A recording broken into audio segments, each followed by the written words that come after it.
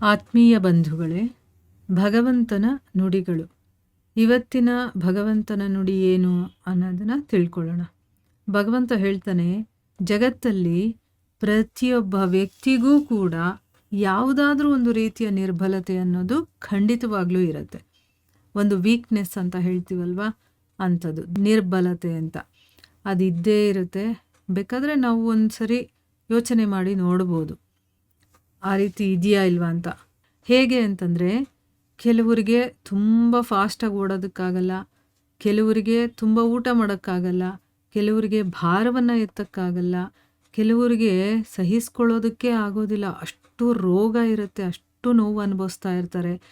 ಕೆಲವರಿಗೆ ಓದಿರೋದನ್ನು ನೆನಪಲ್ಲಿ ಇಟ್ಕೊಳ್ಳೋದಕ್ಕಾಗೋದಿಲ್ಲ. ಈ ರೀತಿ ಅನೇಕ ಉದಾಹರಣೆಗಳು ಬೇಕಾದಷ್ಟು ಸಿಗುತ್ತೆ ಅಂತ ಹೇಳ್ತಾ ಇದ್ದಾನೆ ಭಗವಂತ. ನೀವು ಕೂಡ ಈ ರೀತಿ ಯಾವುದಾದ್ರೂ ಮನುಷ್ಯನನ್ನು ನೋಡಿದ್ದೀರಾ? ಅಂದರೆ ಯಾರಿಗೆ ಎಲ್ಲನೂ ಸಿಕ್ಬಿಟ್ಟಿರುತ್ತೋ, ಅವನಿಗೆ ಎಲ್ಲ ಒಂದು ಸಾಮರ್ಥ್ಯನೂ ಇರುತ್ತೋ ಅಂಥ ಒಬ್ಬ ವ್ಯಕ್ತಿಯನ್ನು ನೋಡಿದ್ದೀರಾ? ಇಲ್ಲ. ಯಾಕೆ ನೋಡಿದ್ದೀರಾ? ಇಲ್ಲ. ಅವನಲ್ಲಿ ಏನಾದರೂ ಒಂದು ನಿರ್ಬಲತೆ ಅನ್ನೋದು ಇದ್ದೇ ಇರುತ್ತೆ. ಮತ್ತು ನಾವು ನಮ್ಮ ಜೀವನದ ಆ ಒಂದು ನಿರ್ಬಲತೆಯನ್ನು ಜೀವನದ ಕೇಂದ್ರವನ್ನಾಗಿ ಮಾಡ್ಕೊಂಡು ಜೀವಿಸ್ತೀವಿ. ಈಗ ನನಗೇನೋ ಒಂದು ವೀಕ್ನೆಸ್ ಇದ್ದರೆ ಅದನ್ನೇ, ಅಥವಾ ನನಗೇನಾದರೂ ನ್ಯೂನ್ಯತೆ ಇದ್ದರೆ, ಕಣ್ಣಿಲ್ಲನೋ, ಕಾಲಿಲ್ಲ, ಕೈ ಇಲ್ಲ, ಏನೋ ಒಂದು, ನನಗೆ ಓಡೋಕ್ಕಾಗಲ್ಲ, ನನಗೆ ನೆನಪಿನ ಶಕ್ತಿ ಇಲ್ಲ ಅಂತ ನಮಗೇನಾದರೂ ಒಂದಿದ್ದರೆ ಅದನ್ನೇ ನಮ್ಮ ಜೀವನದ ಕೇಂದ್ರವನ್ನಾಗಿ ಮಾಡಿಕೊಂಡು ಜೀವಿಸ್ತಾ ಇರ್ತೀವಿ. ಆ ಕಾರಣದಿಂದ ಹೃದಯದಲ್ಲಿ ದುಃಖ ಮತ್ತು ಸಂತೋಷನೇ ಇಲ್ಲದೆ ಇರುವಂಥದ್ದು, ಆ ರೀತಿ ಇರ್ತೀವಿ ನಾವು. ಈಗ ಅದಕ್ಕೆ ಕಾರಣ ಏನು? ನನ್ನಲ್ಲಿ ಏನು ದುರ್ಬಲತೆ ಇದೆಯೋ ಅದನ್ನೇ ನಾನು ಕೇಂದ್ರವನ್ನಾಗಿ ಮಾಡ್ಕೊಂಡು ಜೀವಿಸೋದು. ಅಂದರೆ ಒಂದು ನ್ಯೂನ್ಯತೆಯನ್ನೇ ನಾನು ನನ್ನ ಜೀವನದ ಕೇಂದ್ರ ಮಾಡ್ಕೊಳ್ಳೋದು. ಅದರಿಂದ ನನಗೆ ದುಃಖನೇ ಸಿಗೋದು ಮತ್ತು ಸಂತೋಷ ಸಿಗೋದೇ ಇಲ್ಲ. ಸದಾ ನಿರ್ಬಲತೆ ಅನ್ನೋದು ಮನುಷ್ಯನಿಗೆ ಜನ್ಮದಿಂದ ಬರುತ್ತೆ ಅಥವಾ ಸಂಜೋಗದಿಂದ, ಅಂದರೆ ಯಾವುದೋ ಒಂದು ಕಾರಣದಿಂದ ನಮಗೆ ಬರುತ್ತೆ. ಆದರೆ ಆ ನಿರ್ಬಲತೆಯನ್ನು ಮನುಷ್ಯನ ಮನಸ್ಸು ತನ್ನ ಮರ್ಯಾದೆಯನ್ನಾಗಿ ಮಾಡಿಕೊಳ್ಳುತ್ತೆ. ಅಂದರೆ ಅದಿಲ್ಲದೆ ಇರೋದ್ರಿಂದಾನೇ ನನಗೆ ಮರ್ಯಾದೆ ಸಿಗ್ತಾ ಇಲ್ಲ, ಹಾಗೆ ಹೀಗೆ ಅಂತ ಅವನೇ ಯೋಚನೆ ಮಾಡಿಕೊಳ್ತಾನೆ. ಮತ್ತಿನ್ನೂ ಕೆಲವು ಮನುಷ್ಯರು ಹೀಗೂ ಇರ್ತಾರೆ. ಹೇಗೆ ಅಂತಂದರೆ, ಅವ್ರಿಗೇನಾದರೂ ಒಂದು ನಿರ್ಬಲತೆ ಇದ್ದರೆ ಅದನ್ನು ಅವರು ತಮ್ಮ ಪುರುಷಾರ್ಥದಿಂದ ಮತ್ತು ತಮ್ಮ ಶ್ರಮದಿಂದ ಆ ನಿರ್ಬಲತೆಯನ್ನೇ ಅವರು ಸೋಲಿಸ್ಬಿಡ್ತಾರೆ. ಅಂದರೆ ಇದೇನೂ ಅಲ್ಲ ಅಂತ. ನಾವು ಅದನ್ನು ಬೇಕಾದಷ್ಟು ನೋಡಿದ್ದೀವಿ. ಕೆಲವರಿಗೆ ಕಾಲೇ ಇರೋದಿಲ್ಲ, ಆದರೂ ಅವ್ರು ಎಷ್ಟು ಸಾಧನೆ ಮಾಡಿರ್ತಾರೆ. ಕೈಯೇ ಇರೋದಿಲ್ಲ, ಆದರೂ ಕೂಡ ಅವರು ಸಾಧನೆ ಮಾಡಿರ್ತಾರೆ.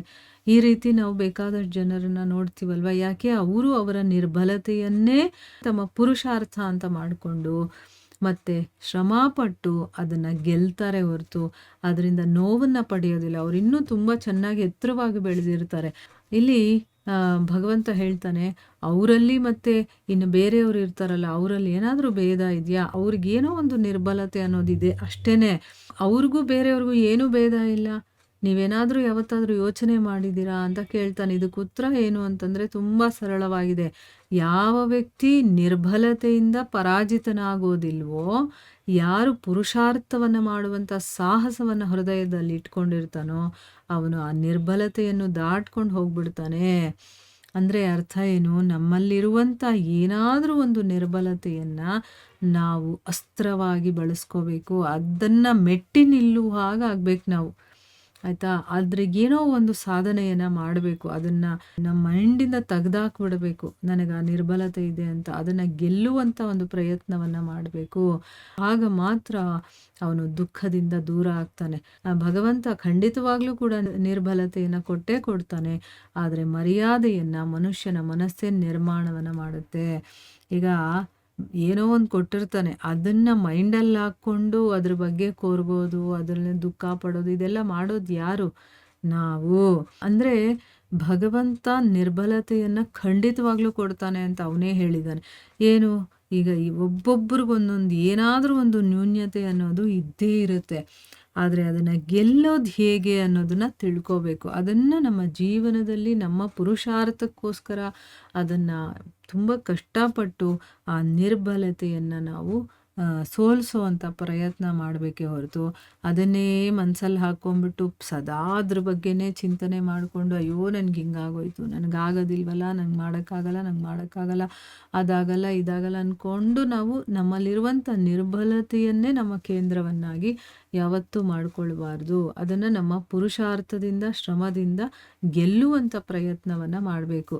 ಈಗ ಮಹಾಭಾರತದಲ್ಲಿ ಇದಕ್ಕೊಂದು ಬೆಸ್ಟ್ ಉದಾಹರಣೆ ಅಂದರೆ ಧೃತರಾಷ್ಟ್ರ. ಅವನಿಗೆ ಕಣ್ಣಿರೋದಿಲ್ಲ, ಹುಟ್ಟಿನಿಂದಾನೇ ಅವನು ಕಣ್ಣನ್ನು ಕಳ್ಕೊಂಡಿರ್ತಾನೆ. ಅಂದರೆ ಅವನು ಹುಟ್ಟಿನಿಂದಾನೇ ಅಂಧ ಅಲ್ವಾ, ಅದನ್ನೇ ಅವನು ಕೇಂದ್ರವನ್ನಾಗಿ ಮಾಡ್ಕೊಂಡ್ಬಿಡ್ತಾನೆ.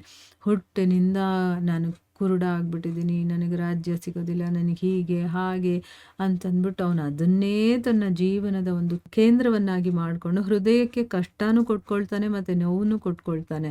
ಮತ್ತು ಮನಸ್ಸನ್ನು ಕೆಡಿಸ್ಕೊಂಡು ಏನು ಯೋಚನೆ ಮಾಡ್ತಾನೆ, ತನಗೆ ಯಾರೂ ಮರ್ಯಾದೆ ಕೊಡಲ್ಲ ಹಾಗೆ ಹೀಗೆ ಅಂತ. ಎಲ್ಲರೂ ಅವನಿಗೇನು ಗೌರವ ಕೊಡಬೇಕು, ಮರ್ಯಾದೆ ಕೊಡಬೇಕು ಎಲ್ಲ ಕೊಡ್ತಾ ಇರ್ತಾರೆ. ಆದರೆ ಅವನ ಮನಸ್ಸನ್ನು ಅವನೇ ಕೆಡಿಸ್ಕೊಂಡಿರೋ ಕಾರಣದಿಂದ ಅವನು ಆ ರೀತಿ ಯೋಚನೆ ಮಾಡ್ತಾನೆ.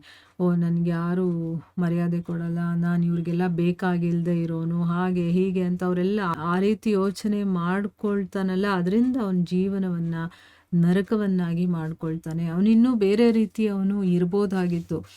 ಅದನ್ನೇ ಅವನು ಕೇಂದ್ರವನ್ನಾಗಿ ಮಾಡಿಕೊಂಡ ಕಾರಣದಿಂದ ಅವನ ಮನಸ್ಸು ಕೆಡಿಸ್ಕೊಂಡು ಬೇರೆಯವರು ನನಗೆ ಮರ್ಯಾದೆ ಕೊಡೋದಿಲ್ಲ, ನನ್ನನ್ನು ಕೀಳಾಗಿ ನೋಡ್ತಾರೆ, ಆ ರೀತಿಯೆಲ್ಲ ಯೋಚನೆ ಮಾಡಿ ಕೊರಗಿ ತನ್ನ ಜೀವನವನ್ನು ತಾನು ನರಕವನ್ನಾಗಿ ಮಾಡಿಕೊಳ್ಳುವಂಥ ಒಂದು ಉದಾಹರಣೆಯನ್ನು ನಾವು ಮಹಾಭಾರತದಿಂದ ತಿಳ್ಕೊಬೋದು.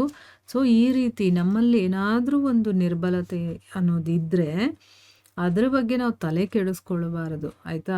ನಮ್ಮ ಕರ್ತವ್ಯ ಕರ್ಮಗಳು ಏನಿದೆಯೋ ಅದನ್ನು ಮಾಡಬೇಕು ಮತ್ತು ಅದನ್ನು ಛಲದಿಂದ ನಾವು ಅದನ್ನು ನನ್ನ ಒಂದು ಏಳಿಗೆಗೆ ಅದನ್ನು ಬಳಸ್ಕೊಳ್ಬೇಕೇ ಹೊರತು ಅದನ್ನೇ ನಾವು ಮನಸ್ಸಲ್ಲಿಟ್ಕೊಂಡು ಇನ್ನೂ ಕೀಳು ಮಟ್ಟಕ್ಕೆ ಹೋಗಬಾರ್ದು. ನಾವು ಅದನ್ನು ಮೆಟ್ಟಿ ನಿಲ್ಲುವಂಥದ್ದನ್ನು ಏನಾದರೂ ಒಂದು ಸಾಧನೆಯ ಕಡೆ ನಮ್ಮ ಮನಸ್ಸನ್ನು ತೊಡಗಿಸ್ಬೇಕು. ಯಾಕಂದರೆ ಈ ಮನಸ್ಸಿನಿಂದ ನಾವು ಯೋಚನೆ ಮಾಡಿನೇ ಆ ರೀತಿಯೆಲ್ಲ ನಾವು ಮಾಡ್ಕೊಳ್ಳೋದು, ನಮ್ಮ ಮರ್ಯಾದೆಯನ್ನು ನಾವೇ ಕಳ್ಕೊಳ್ತೀವಿ ನಾವೇ ಮಾಡೋ ಕೆಲಸದಿಂದ, ಆಯಿತಾ. ನಾವು ಆ ರೀತಿ ಯೋಚನೆ ಮಾಡೋದನ್ನು ಬಿಟ್ಟು ಬೇರೆ ರೀತಿ ನಾವು ಅದನ್ನು ಯೋಚನೆ ಮಾಡಬೇಕು. ನನ್ನ ಶ್ರಮವನ್ನು ಹಾಕಿ ಮತ್ತು ನಾನು ಏನು ಮಾಡಬೇಕೋ ಆ ಗುರಿಯ ಕಡೆ ನಮ್ಮ ಮನಸ್ಸನ್ನು ತೊಡಗಿಸಿದಾಗ ಯಾವುದೇ ನಿರ್ಬಲತೆ ಕೂಡ ನಮ್ಮನ್ನು ಏನು ಮಾಡೋದಕ್ಕೆ ಸಾಧ್ಯ ಇಲ್ಲ ಅನ್ನೋದನ್ನು ಅರ್ಥ ಮಾಡ್ಕೊಳ್ಬೋದು. ಹರೇ ಕೃಷ್ಣ.